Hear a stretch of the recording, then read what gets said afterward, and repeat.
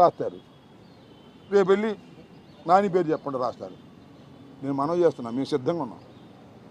కార్యకర్తలకు అంత అన్యాయం జరుగుతున్నప్పుడు మేము వెనక్కి వెళ్తాం ఏంటి? వీఆర్ రెడీ ఫర్ ఎనీథింగ్, సిద్ధంగా ఉన్నామని మనవి చేస్తున్నా. ఇంత దుర్మార్గంగా వ్యవహరిస్తున్నారు.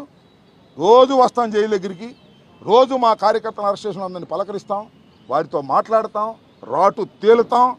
మీరు ఏదైతే చేశారో అదే మాకు అస్త్రాలు అవుతాయి, గుర్తుపెట్టుకోమని కూడా ఈ సందర్భంగా మనవి చేస్తూ, ఇప్పటికైనా మీ దమనకండ ఆపితే ఆపండి, లేకపోతే మీ కర్మ. ఎన్నో చూసాం ఉద్యమాలు, ఎమర్జెన్సీ కాలంలో చూసాం, తీసుకెళ్ళి అందరినీ లోపలేశారు. ఏమైంది? ఎమర్జెన్సీ అవగానే ఇందిరాగాంధీ ఓడిపోయింది. గుర్తుపెట్టుకోమని మనవి చేస్తున్నాం. 5 మాసాలకే ఇంత భయంకరమైనటువంటి సిచ్యువేషన్ని ఇవాళ రాష్ట్రంలో చంద్రబాబు నాయుడు గారు కూటమి ప్రభుత్వం తీసుకురావడం చాలా దురదృష్టకరం. మళ్ళా చెప్తున్నా, మొన్న ఏదో చంద్రబాబు నాయుడు గారో లేకపోతే లోకేష్ గారో లేకపోతే పవన్ కళ్యాణ్ గారు అన్నారు, ఏంటి బెదిరిస్తున్నారు, బెదిరిస్తే షూ మోటివ్గా కేసులు పెడతామని. బెదిరింపు కాదది. మళ్ళా చెప్తున్నాం మేమందరం, ఎవరైతే చట్ట వ్యతిరేకంగా ప్రవర్తిస్తున్నారో either DG or IG, any SP or IPS officer, ఎవరైతే చట్ట వ్యతిరేకంగా చంద్రబాబు నాయుడు గారు చెప్పినట్టుగా ఇల్లీగల్ కస్టడీ చేసి మమ్మల్ని కొడుతున్నారో మా కార్యకర్తల్ని, వాళ్ళ సంగతి రాబోయే కాలంలో తేలుస్తాం, చట్టం ముందు నిలబెడతాం, మీ స్వభావం అంతా బయట పెడతాం. గుర్తుపెట్టుకోమని మనం చేస్తున్నా. ఇది బెదిరింపు కాదు, చట్ట ప్రకారం చెప్తున్నటువంటి హెచ్చరిక. ఇప్పటికైనా సరిదిద్దుకోండి. నేను చూసా, మొన్న ఎవరో ఒక ఆఫీసర్ పేరు చెప్పకూడదు, చచ్చిపోతున్నాం సార్, వాడిని కొట్టి వీడిని కొట్టి అంటున్నాడు. మేమేమో కొట్టేనేమో మాకు మీరేమో కేసులు పెడతారు, ఏం చేయమండి అని ఐపీఎస్ ఆఫీసర్ వాపోయాడు నా దగ్గర. పాపం అతను నేను ట్రాన్స్ఫర్ చేశారులే. ఇట్లా ఎవరైతే ఐపీఎస్ ఆఫీసరు చంద్రబాబు నాయుడు గారి ఆదేశాలని తీసుకొని హెరాస్మెంట్ చేయటం లేదో వాళ్ళందరినీ తిట్టేటటువంటి కార్యక్రమం చంద్రబాబు నాయుడు గారు చేస్తారు. ఇవన్నీ కూడా ఒక 5 నెలలు 6 నెలలు సంవత్సరం అయిన తర్వాత ఐపీఎస్ ఆఫీసర్లు చెబుతారు. నేనేమి చెప్పాల్సిన అవసరం లేదని మనవి చేస్తూ ఈరోజు అందరినీ పలకరించాం. రాష్ట్రంలో ఉన్నటువంటి మా సోషల్ మీడియా కార్యకర్తలు అందరూ కూడా ధైర్యంగా ఉండండి, ఏమీ ప్రమాదం లేదు, లీగల్ టీం ఉంది, నాయకులు ఉన్నాం, ఎక్కడ ఏం జరిగినా మా లీగల్ టీం అంతా వస్తుంది, బెయిల్స్ వేసే ప్రయత్నం చేస్తుంది. 4 రోజుల్లో కాకపోతే 5 రోజుల్లో బెయిల్ వస్తుంది, 10 రోజుల్లో వస్తుంది.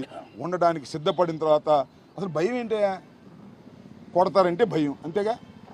లోపలేస్తారంటే భయం, కొట్టారు లోపలేసారు, ఇంకా భయం ఏంటి?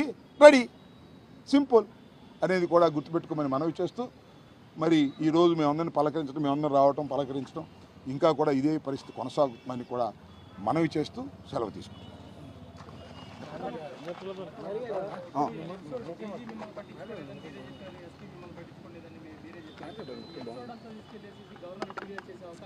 డెఫినెట్గా నాట్ ఓన్లీ గవర్నర్, మేము ఎస్పీలకి చెప్పాం, డీజీలకి చెప్పాం, ప్రాపర్ ఛానల్లో అందరినీ టచ్ చేసాం.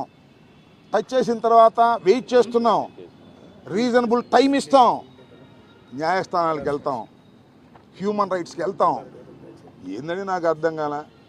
తప్పు చేశాడో లేదో ఆ భగవంతుడు తేల్చాలి, కోర్టులు తేల్చాలి.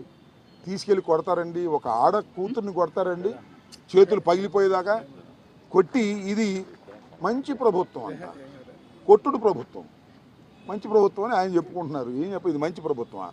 ఒక ఆడ కూతుర్ని తప్పు చేసినా రైట్ చేయలేదు, that is a different matter, that will be decided by the court. నువ్వెవరో కొట్టడానికి? ఇది మంచి ప్రభుత్వం అని చెప్తే ఎలాగా? ఇంత చిత్రహింస రవీంద్రారెడ్డిని కొట్టారు, రాత్రే కన్ఫెషన్ స్టేట్మెంట్ ఇచ్చాడు. రాత్రి 12 గంటలకి, తర్వాత 6 గంటల దాకా నేను అబ్జర్వ్ చేస్తున్నాను వర్ర రవీంద్రని.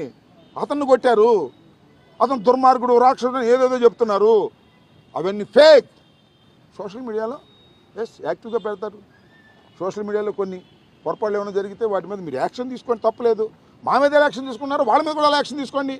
వాళ్ళ మీద తీసుకోం. మేము రజనీ గారిని తిట్టినా తీసుకోం, జగన్మోహన్ రెడ్డి గారి ఫ్యామిలీని తిట్టినా తీసుకోం, అంబటి రాంబాబు గారి కూతుళ్ళ మీద ఏమైనా అన్నా కూడా తీసుకోం. కానీ పవన్ కళ్యాణ్ గారి కూతుళ్ళ మీద అంటేను, ఇంకోళ్ళ మీద అంటేను మాత్రం మేము వదిలిపెట్టే పని లేదు అనేటువంటి మాట మాట్లాడుతుంటే పోలీసులు ఎందుకని నాకు అర్థం కాలేదు. మీరు పోలీసులా రౌడీలా చెప్పని అడుగుతా ఉన్నా. దుర్మార్గం ఆలోచించుకోమని కూడా ఈ సందర్భంగా హెచ్చరిక చేస్తున్నారని కూడా మనవి చేస్తున్నా. నువ్వు చెప్పినట్టుగా అన్ని ఎగ్జాస్ట్ అయిన తర్వాత న్యాయస్థానానికి వెళ్తాం. ల్యాండ్లోని హయ్యెస్ట్ కోర్టు అయినటువంటి సుప్రీంకోర్టు కూడా వెళ్ళటానికి ఏ విధంగానూ సందేహం లేదు. మొన్న సుప్రీంకోర్టు కూడా వెళ్ళిన సంగతి కూడా మీకు ఉదంత విషయం తెలుసు. ఏది మన తెలుగుదేశం ఆఫీసు మీద దాడి జరిగిందనే విషయంలో సుప్రీంకోర్టుకి వెళ్ళి బెయిల్ తెచ్చుకున్నటువంటి సందర్భం కూడా ఉంది.